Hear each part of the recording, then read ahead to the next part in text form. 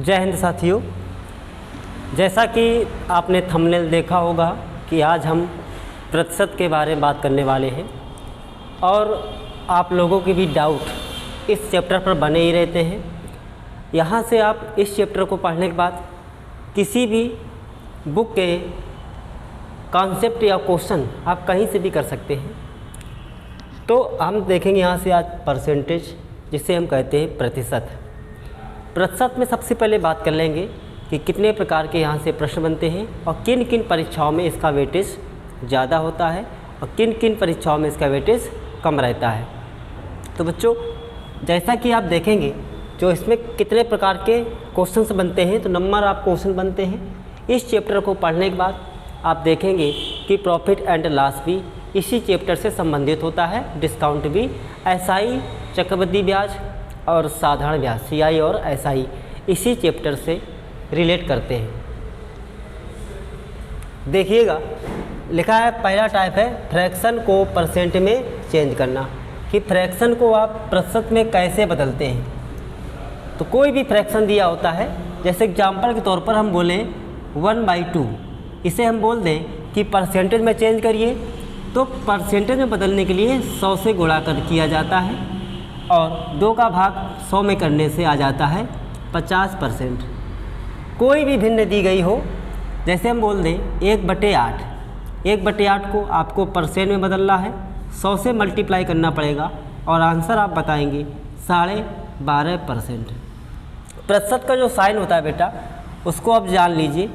प्रतिशत को दिखाते कैसे हैं, तो इस प्रकार से चिन्हित किया जाता है।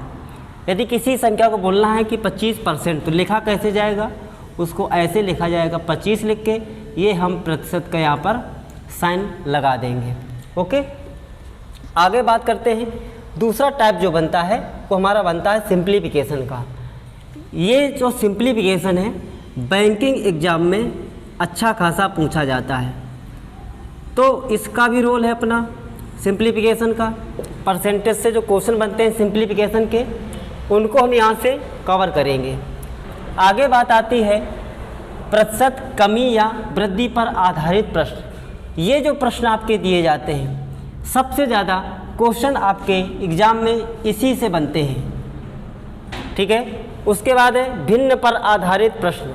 ये भिन्न पर आधारित कैसे होते हैं, जैसे कहा जाएगा कोई एक भिन्न दे रखी है, जैसे 4/5, क्या दे रखी है 4/5, और कहेगा कि उसके अंश में 20% की वृद्धि कर दी जाए और उसके हर में 20% की कमी कर दी जाए, तो नई भिन्न क्या होगी। या ऐसा कह सकता है, भिन्न पहले नहीं देगा, कहेगा किसी भिन्न के अंश में 20% की वृद्धि कर दी जाए और हर में 25% की कमी कर दी जाए, तो वह भिन्न 4/5 हो जाती है। तो मूल भिन्न क्या थी। इस प्रकार से क्वेश्चन घुमा घुमा के, कॉन्सेप्ट एक ही होता है लेकिन उसमें क्या किया जाता है, बस नंबर ऑफ क्वेश्चंस बनाए जाते हैं। उसके बाद आता है, ये भी आपका भिन्न पर आधारित प्रश्न आपके पूछे जाते हैं एग्जाम में। आय व्यय पर आधारित, इसके जो सवाल हैं वो 3 प्रकार के सवाल इसमें बनते हैं, ठीक है। आय और व्यय पर इम्पोर्टेंट टाइप रहेगा, ये बहुत इम्पोर्टेंट रहेगा। परीक्षा पर आधारित प्रश्न, ये भी आपका इम्पोर्टेंट रहता है। परीक्षा पर आधारित प्रश्न कैसे पूछे जाते हैं और आय व्यय पर कैसे प्रश्न पूछे जाते हैं, हल्की सी चर्चा करेंगे आपके सामने। यहाँ पर आय व्यय पर जो प्रश्न बनते हैं, कहा जाएगा इसमें पहले 2 टाइप के प्रश्न आप समझ लीजिए, और टाइप कौन कौन से होंगे, पहले टाइप में और दूसरे वाले टाइप में अंतर क्या है। जैसे कहा जाएगा एक लड़की है मीना, मीना की मासिक आय कुछ होगी, यहाँ पर क्वेश्चन में नहीं दिया जाएगा, कहेगा मीना की मासिक आय कुछ थी, उसने अपनी मासिक आय का 10%, उसने अपनी मासिक आय का 10% हिस्सा परिवहन पर खर्च कर दिया, 15% हिस्सा उसने स्वास्थ्य बीमा पर खर्च किया और 5% उसने शिक्षा पर खर्च किया। इस प्रकार के प्रश्न बनते चले जाएंगे। तो कहेगा ओवरऑल, उसके बाद या तो आपको दे देगा खर्च या तो दे देगा बचत। और उसके बाद आपसे मासिक आय यहाँ से पूछेगा। ठीक है, तो जब भी इस प्रकार से प्रश्न बने कि उसने अपनी आय का 10% भाग परिवहन पर, 15% स्वास्थ्य पर, 5% शिक्षा पर, इन सबको जोड़ दिया जाता है जो भी उसकी मासिक आय होती है। और मासिक आय हमेशा हम कितनी मानते हैं, परसेंट में कभी भी कुछ भी मानिएगा, हमेशा 100% मानिएगा। इसमें से इस डाटा को लेस कर दिया जाएगा तो कितना बना, 15, 5, 20, 10, 30% उसने क्या कर दिया, खर्च कर दिया। तो बताइए बचत कितनी बचेगी उसकी, बचत उसकी बचती है 70%। एक टाइप तो ये हो गया। अब 70% का वो डेटा कुछ दे देगा, आपसे 100% का मान पूछेगा, इस प्रकार के प्रश्न बनते हैं। दूसरा टाइप जो बनता है वो यहाँ से ये कह सकता है कि मीना ने अपनी मासिक आय का 10% परिवहन पर खर्च कर दिया। शेष का एक शब्द आएगा शेष, इन सवालों में शेष शब्द लगा मिलेगा आपको। तो शेष आय का 15% उसने स्वास्थ्य पर खर्चा किया, जो भी बचेगा पैसा उसका 5% शिक्षा पर खर्च कर डाला। तो शेष शब्द से जो क्वेश्चन बनते हैं इसका कॉन्सेप्ट अलग होता है। ठीक है ना, जो खर्च कर देते हो आप, उसके बाद जो पैसा बचता है उसी से आप आगे खर्चा करते चले जाओगे। इस सवाल में भी आपसे मासिक आय ही पूछी जाती है, ये भी काफ़ी इम्पोर्टेंट रहता है परीक्षा में। ठीक है ना, आय व्यय पर।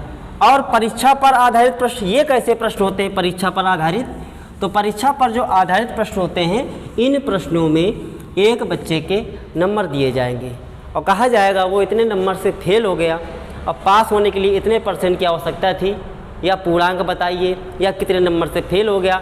इस प्रकार से इसमें दो टाइप के इसमें आपके प्रश्न बनते हैं, इसमें 2 प्रकार के आपके प्रश्न बन जाते हैं। उसके बाद है गलती संबंधी प्रश्न। ये कैसे होते हैं, जैसे इसमें बोल देगा कि एक बच्चे से कहा गया किसी संख्या को 5 से गुणा करिए, लेकिन उसने गलती से 5 से भाग कर दिया, तो ऐसा करने से उसका जो आंसर आएगा उसमें कितने % की कमी या वृद्धि होगी। इस प्रकार से प्रश्न यहाँ पर पूछे जाते हैं। अगला क्या है, क्षेत्रफल आधारित प्रश्न। ऐसा कोई एग्जाम नहीं है जहाँ पर ये सवाल देखने को ना मिलते हों। ठीक है, क्षेत्रफल हो या आयतन, एरिया एंड वॉल्यूम, इन पर भी यहाँ से क्वेश्चन पूछे जाते हैं। ठीक है, जैसे अब किस किस पर पूछेगा, तो जितनी भी आपने मेंसुरेशन पढ़ी है, मेंसुरेशन में 2 डायमेंशन एंड 3 डायमेंशन के जो क्वेश्चन होते हैं उन दोनों पर ही प्रश्न बन जाते हैं। जैसे वो कह दे कि वर्ग के क्षेत्र, किसी वर्ग की भुजा को 25% से बढ़ाया तो उसके क्षेत्रफल में क्या प्रभाव पड़ेगा, ऐसा प्रश्न आएगा। या आयत पर आएगा कि एक आयत की लंबाई 5% बढ़ा दी गई और चौड़ाई 6% बढ़ा दी गई, तो आयत पर क्या प्रभाव पड़ेगा। इस प्रकार के यहाँ से प्रश्न बनेंगे। ठीक है, तो ये हम अभी आगे हम देखेंगे। उसके बाद है खपत और मूल्य पर आधारित प्रश्न। ये सवाल बहुत ही important, very very most important, bank exam में अधिकतर मिलते हैं। सारे यूपी पुलिस हो, यूपीएसआई हो, एसएससी हो, जीडी हो, सभी परीक्षाओं पर देखने को मिलते हैं। तो बात कर लेते हैं परसेंटेज हमारा किन किन परीक्षाओं के लिए इम्पोर्टेंट है। तो ध्यान दीजिएगा, यूपी ट्रिपल एस सी जिसे आप पेट है, लेखपाल है, इन परीक्षाओं में इसकी अधिकता ज़्यादा रहती है। यूपी पुलिस के एग्जाम में परसेंटेज काफ़ी हद तक ज़्यादा, इसके जो वेटेज होता है क्वेश्चन का अधिक रहता है। और बैंक के एग्जाम में तो परसेंटेज का बड़ा ही रोल है। ठीक है ना, क्योंकि आगे आप पढ़ते हैं डीआई पोर्शन, डाटा इंटरप्रिटेशन, इसमें भी क्वेश्चन यहाँ से पूछे जाते हैं। अभी आपने हाल ही में देखा यूपी पेट का एग्जाम हुआ, जो डीआई बनी थी वहाँ पर परसेंटेज सही बनी थी और बैंक लेवल की डीआई वहाँ पर पूछी गई। अब जो बच्चे हल्के से तैयारी करते हैं उनको प्रॉब्लम तो होनी स्वाभाविक है, ये सारी चीज़ें होती हैं। और एसएससी है, रेलवे है, स्टेट लेवल के जो भी एग्ज़ाम्स होते हैं उन परीक्षाओं में यहाँ से प्रश्न पूछे जाते हैं, लेकिन इनकी जो अधिकता होती है वो सामान्य ही होती है, मतलब कम प्रश्न पूछे जाते हैं। तो अब देख लेते हैं परसेंटेज को करेंगे कैसे।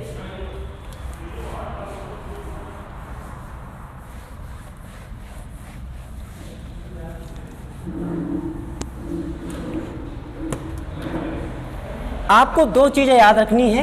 एक पहला पॉइंट याद रखना है से, और दूसरा पॉइंट आपको रखना है का। इन दोनों को हिंदी में और इंग्लिश में से को बोलेंगे फ्रॉम और का शब्द को बोलेंगे हम ऑफ। ठीक है, इस से को बोलेंगे हम फ्रॉम। इनको हमें विशेष ध्यान रखना है, क्योंकि जो फ्रॉम और ऑफ वाली वैल्यूज़ होती है इसको हमेशा हर में रखा जाता है। कहाँ रखते हैं, हर में। प्रतिशत को जाने, प्रतिशत को दिखाते कैसे हैं, इस साइन से दिखाते हैं। जब किसी संख्या को, पहला पॉइंट है, जब किसी संख्या को प्रतिशत में बदलना हो तो 100 से गुणा कराते हैं। क्या कराते हैं? 100 से गुणा कराते हैं, मतलब मल्टीप्लाई करा देते हैं। ठीक। दूसरा पॉइंट आपको याद रखना है,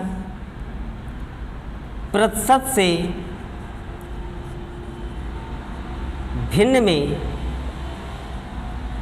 बदलने के लिए हमें संख्या पर जो दी गई होती है उसमें 100 से क्या कराते हैं, भाग करा देते हैं। 100 से यहाँ पर भाग करा दिया जाता है। देख लेंगे, जैसे किसी संख्या को परसेंट में बदलना हो तो 100 से क्या करते हैं बेटा, गुणा करते हैं। जैसे हमने कहा 1/4 को प्रतिशत में बदलो। किस में बदलो? प्रतिशत में बदलो। तो परसेंट में ले जाने के लिए 100 से मल्टीप्लाई करा देंगे, तो क्या बन जाएगा, 1/4 गुणे 100 कर देंगे।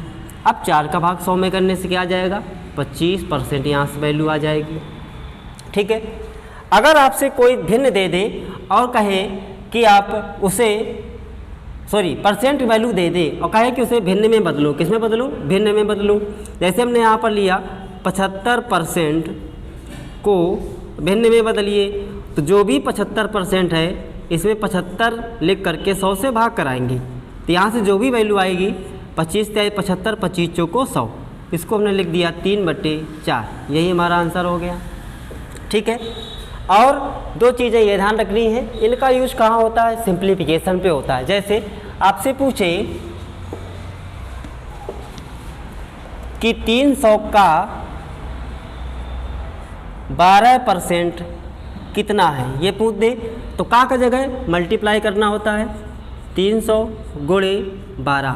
प्रतिशत का चिन्ह है उसको हटाना है तो 100 से भाग करा देंगे।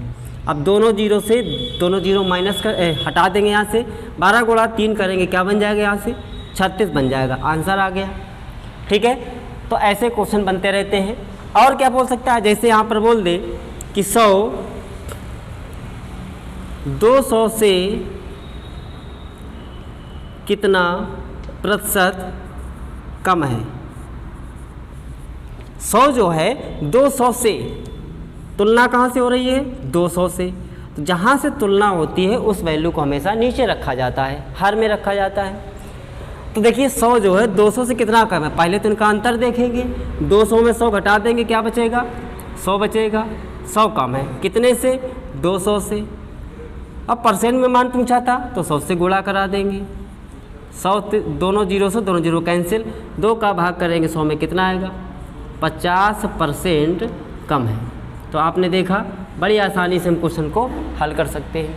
अभी हम यहाँ से आपको एक यूनिक ट्रिक बताने जा रहे हैं कि आपको परसेंटेज वैल्यू ओरल कैसे निकालनी है, मतलब बिना पेन एंड पेपर के, वो चीज़ देखेंगे। उसके बाद हम परसेंटेज चार्ट आपको दिखाएंगे, और परसेंटेज चार्ट भी आपको लर्न नहीं करना होता, बस आपको टेबल्स आनी चाहिए।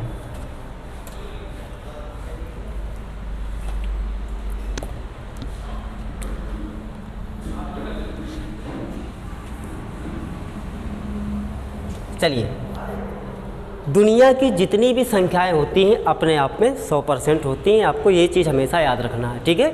जैसे हम आपसे बोलें कि 300, ठीक है, तो 300 अपने आप में कितना परसेंट होगा, तो कहेंगे 300 जो है अपने आप में 100% होगा। इसका यूज बैंक वाले बच्चे ज़्यादा करते हैं, उनको करना भी चाहिए क्योंकि वहाँ पर एग्ज़ाम में समय कम मिलता है आपको। 300 जो है अपने आप में 100% है। अब यही अगर हम आपसे बोल दें कि इसका 10% कितना होगा, 300 का 10% कितना होगा। 300 जो है अपने आप में 100% है, तो 10% की वैल्यू यहाँ से ज्ञात करनी होगी। हम क्या करेंगे, इसका एक जीरो ख़त्म किया, 100 का 10 बन गया, परसेंट का साइन लगा रहा। 100 से एक जीरो ख़त्म किया था तो 300 से भी एक जीरो को ख़त्म कर देंगे, तो 10% की वैल्यू क्या आ गई, डायरेक्ट आ गई आपकी 30। अगर आपसे पूछ दे कि 300 का 1% कितना होगा, तो 1% कैसे बनता है, जब 100 के 2 जीरो ख़त्म कर देंगे तो 1% बन जाएगा। तो हमें भी यहाँ पर क्या करना होगा, 300 के दोनों जीरो ख़त्म कर देंगे, कितने बन जाएंगे 3, 1% का मान 3 आ गया। अब अगर यहीं आपसे कोई कह दे कि 300 का 50% क्या होगा, तो आप क्या करेंगे, 100 का आधा करेंगे। 100 का आधा कितना बन जाता है 50, तो 300 को भी आधा कर देंगे, कितना बन जाएगा 150 बन जाएगा। अब यहीं पर आपसे अगर कोई कह दे कि 5% का मान बताओ, तो आसानी से बता सकते हैं। 5% कैसे बनेगा, 50 में एक जीरो ख़त्म करेंगे तो क्या बन जाएगा 5% बन जाएगा। 50 से एक जीरो ख़त्म किया था तो 150 से भी एक जीरो ख़त्म कर देंगे तो कितना बन जाएगा 15 बन जाएगा। यहाँ से निकाल सकते हैं। यदि आपसे कोई कहते हैं कि 300 का 30% क्या बनेगा, तो 10% की वैल्यू हमें पता है ना, 330 है, तो 30% निकालना है। तो 10 में क्या करेंगे 3 गुना करेंगे, 10 का 3 गुना करने से क्या बन जाएगा 30%। इस 30 का भी 3 गुना करने से क्या बन जाएगा 90%। ऐसे कुछ भी पूछ सकता है, इसको आपको प्रैक्टिस में लाना होगा, और जब प्रैक्टिस हो जाती है तो क्वेश्चन हमारे चुटकी में हल हो जाते हैं। उसके बाद हम अब यहाँ से आपको बताते हैं जो हमारा चार्ट होता है, उस चार्ट की बात कर लेते हैं कि चार्ट से कौन कौन सी वैल्यू इंपॉर्टेंट हैं और किन को हमें याद करना चाहिए, और कौन कौन सी वैल्यू का ज़्यादा यूज किया जाता है एग्ज़ाम में। देखिएगा, जैसे हमने बोले कि एक क्या है, एक जो है अपने आप में कितना परसेंट होता है बेटा 100% होता है। तो इसमें क्या करेंगे, एक में हमने 2 का भाग किया तो क्या बन जाएगा, इस 100 में भी 2 का भाग कर देंगे तो 50% बन जाएगा। लेकिन ऐसे कब तक करेंगे, तो कुछ हमें दूसरा तरीका ढूंढना होगा। वो क्या है, जैसे किसी का भी वैल्यू पूछे तो आप कैसे करेंगे, वो हम आपको यहाँ से बताते हैं। देखिए, हमको ये सोचना होगा कि 2 में कितने का गुणा करें कि 100 बन जाए।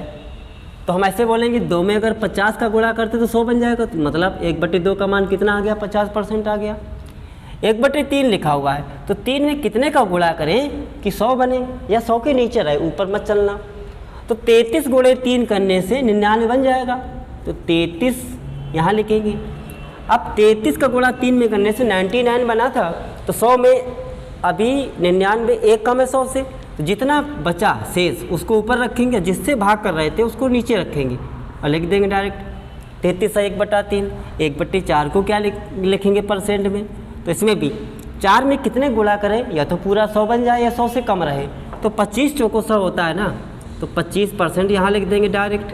ठीक है, 1/5 की बात कर ले, तो 5 में कितने से गुणा कराएं, तो 20 से गुणा कराने से बन जाएगा 100, है ना, 20 पंचे 100। इस प्रकार से हम चेंज करते हैं। आगे बढ़ते हैं। हमसे बोला जाए 1/6 का मान बताओ, 1/7 का बताइए, 1/8 का बताइए, 1/9 का बताएं, 1/10 का बताएं, 1/11 का बताएं या 12 का बताएं, 1/15 का बताइए, 1/37 का बताइए, 1/87 का बताइए, 1/16 का बताइए, क्या मान आ सकते हैं। तो कैसे करेंगे, बस वही तरीका है। 6 में कितने गुणा करें कि 100 या 100 के करीब पहुँचे। तो देखो 15 छक्का 90, 16 छक्का 96, 17 छक्का 102, ज़्यादा हो जाएगा ना यहाँ से, तो कितनी बार चलेंगे 16 बार। 16 छक्का 96 हो गया। अब 96 100 से कितना कम है, तो 4 कम है। भाग किससे कर रहे थे 6 से, 2 से डिवाइड कर देंगे, 2 दूनी 4, 2 तिहाई 6। क्या लिखेंगे इसको 16 सही 2/3% लिख देंगे। ऐसे ही 1/7 को कैसे करेंगे, 7 में कितने का मल्टीप्लाई करेंगे 100 बने, तो 14 सत्ते 98, 2 बचा ऊपर, बटे में 7%, डायरेक्ट मान आ गया। 1/8 सेम ऐसे करेंगे, कैसे 12 अट्ठे क्या बन जाएगा 96, 4 बचेगा बेटा, 4 ऊपर रखेंगे, बटे में क्या लिखेंगे 8, क्या बन जाएगा यहाँ से 12.5% यहाँ से वैल्यू आ जाएगी। तो आई होप ये चीज़ें आपको समझ में आ गई होंगी। और जो फ्रैक्शन ये आपका फ्रैक्शन चार्ट है, ठीक है, तो इसकी वीडियो हम कल देंगे आपको। एक काम करिएगा, इन सभी के मान निकाल के आप कमेंट में ज़रूर लिखेंगे कौन कौन से वैल्यूज़ का। 1/15 का निकालिएगा आप, 1/87 निकाल के बताइएगा, 1/12 का निकाल के बताइएगा। इनकी वैल्यूज़ आप नीचे कमेंट करके ज़रूर बताएंगे, ठीक है। अच्छा 1/9 को ज़रा देख लेते हैं एक बार। 9 में कितने गुणा, 11 से 99 बनेगा, 1 बचेगा, बट्टे में आ जाएगा 9%, डायरेक्ट आ गया ना। 1/10 को 10 में 10 का गुणा करेंगे तो 100 बन जाएगा। अगर नहीं ऐसे कर सकते तो लर्न करिए, ठीक है। 1/11 को क्या लिखेंगे, 9 सही 1/11% बन जाएगा, ठीक है। इनके मान आपको बताने हैं। 37 वाला देख लीजिए, 37 में कितने गुणा करें कि 100 बने, 100 से कम रहे। 37 दूना 74 बन जाएगा, और 3 बार गुणा करने से इसका मान ज़्यादा हो जाएगा 100 से, तो 2 बार चलेंगे। 37 दूनी 74। अब 74 100 से कितना कम है, ठीक है ना, तो घटाना नहीं है, जोड़िए कि 74 में क्या जोड़ते कि 100 बन जाए। तो 74 में पहले तो आप 6 जोड़ दीजिए तो 80 बन जाएगा, और 20 और जोड़ेंगे तो 26 बनेगा, तो बचेगा शेष कितना, 26, बटे में क्या आ गया, 37%, ठीक है। इसी प्रकार से आप आगे कर सकते हैं। इसका जो चार्ट रहेगा कल हम आपको देंगे, ठीक है।